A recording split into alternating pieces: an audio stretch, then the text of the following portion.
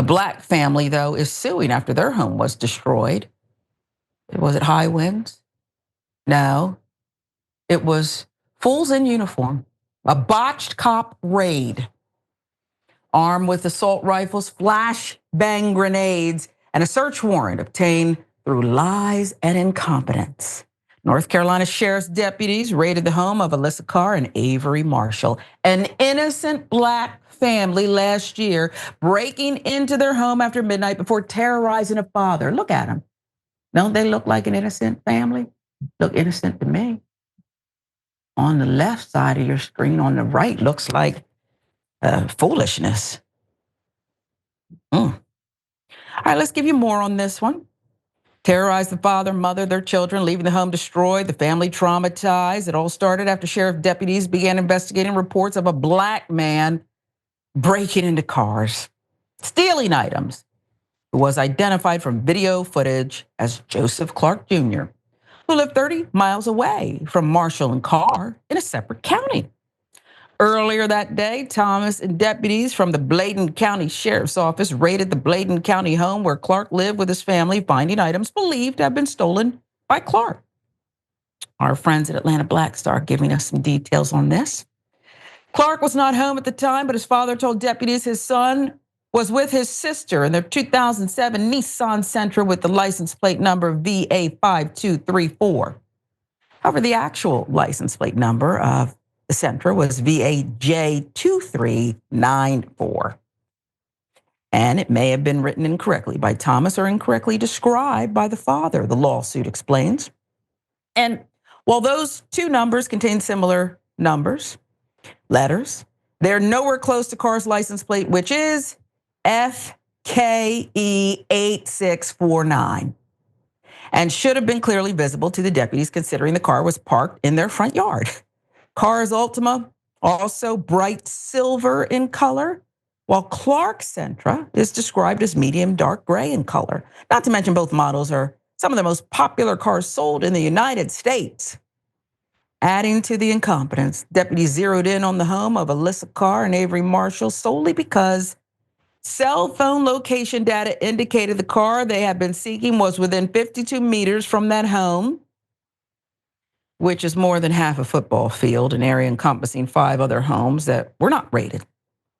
Officer Thomas, Officer Hankins, John Doe's knew that the location data may be inaccurate, the claim states, but the lawsuit states Thomas lied in his affidavit to obtain the search warrant by claiming Pender County Sheriff's Office drove by 680 Messick Road and observed the vehicle the suspect's father stated that he was riding in.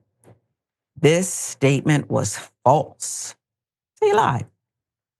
Deputies pulled up in several cars. They began banging on the front door before kicking it open, shattering the outer glass storm door, breaking down the inner metal door, tossing 2 flash grenades inside the home. One of the flash grenades struck Marshall in the chest, who was shirtless, clad only in underwear, knocking him down. Then as noxious fumes filled the home, smoke alarms went off. The deputies ordered Marshall to crawl towards them over the shattered glass as more than a dozen cops entered the home. One deputy entered the room of the couple's 9-year-old son, shouting profanities while pointing a laser scope light on the boy's face. When Marshall was still face down on the floor, lifted his head to protest, the deputy placed his foot on his back, aggravating the stitches from his recent back surgery. Can this get any worse? Another deputy kicked open the bedroom door to the couple's 16-year-old daughter, ordering her to step outside, forcing her to walk barefoot on the shattered glass. Another deputy pointed his gun at Carr, who was dressed only in a nightgown and was having trouble breathing due to the noxious fumes in the air from the flash grenades. Carr, who had already suffered 2 heart attacks before the raid, began experiencing heart palpitations, telling the deputies she was unable to breathe. Family members were all separated, interrogated by the deputies who accused them of lying when they said they had never met Clark, the suspect sought by deputies. Deputies spent the next 2 hours ransacking and destroying the home, finding no evidence that Clark had ever been there. He was eventually arrested in a separate county the following day. Once they were done, the deputies left without even an apology or assurance that they would repair the damage they caused. As officers departed the home, Avery asked who was going to pay for the property damage, the lawsuit states. An officer told him Avery and Elisa would have to pay for it. The officer added that Avery should just be glad the officers didn't damage more property, like throwing a couch into the TV. February, the couple was offered a settlement of $10,249.58. Where did they get the 58 cents? This is what, I don't understand why that wouldn't be rounded up. It's too little anyway, but I'm just curious. It's the way my mind works. $10,249.58 to repair the damages, but they refused that offer because the lingering damages go beyond the destruction of their home. That's right. Not only did Marshall re-injure his back, leading to more medical expenses and a need for another surgery, as well as injury to his ear due to the flash grenade, but Carr suffered her third heart attack after the raid. Then there is the psychological trauma that has turned their lives upside down, where they both have been going through therapy. Earlier this week, the Black couple filed a lawsuit against the Lee and Pender County Sheriff's Office, accusing them of violating their Fourth and Fifth Amendment rights when they raided their Willard home April 9, 2024. Carr and Marshall are being represented by attorneys from the Institute for Justice. That's a nonprofit organization that accuses Lee County Sheriff's Detective J. Thomas Dillon of deliberately misleading the judge to get him to sign that warrant. This is a horrific case, Tehran. The part about, I want to go backwards, lying to the judge. Because Breonna Taylor, so many others are freshly and will always be top of mind for this one here, okay? Obviously for their families and loved ones and other people of color. This is a crime. I don't know why also, Tehran, why breaking into cars equals suddenly I need, SWAT gear and flash bang grenades. And wouldn't it be, let's just say you don't care about Black people.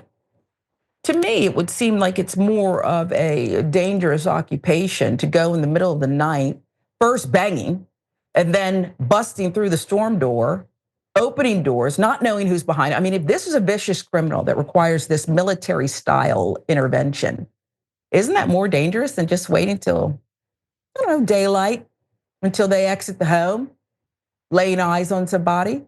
What say you? I say, who did they think they were going after? Jack Reacher? Was this Wesley Snipes in Passenger 57? Why did they need grenades and bazookas and 2 tanks? Saw it in the movies. I don't understand. If you have overzealous police officers, then you are not serving the best interest of the community, and that's what police officers are supposed to do. Being a police officer is a very difficult job. A lot of respect, a lot of honor to the police officers who do their jobs well. However, the ones who do not, the ones who abuse and misuse, they are criminals, and a police officer's job should be to arrest criminals. These gentlemen were criminals, and there's so many times that you can say, well, I was only under orders. No, you weren't. You were lying to the judge to get those orders in order to comply with your own self-interest and Action Jackson facade that you love, this entire thing that you wanted to do. You dreamed this up and now you're living it, and you ruined someone's house in the meantime. Qualified immunity should not and is not supposed to be used for this.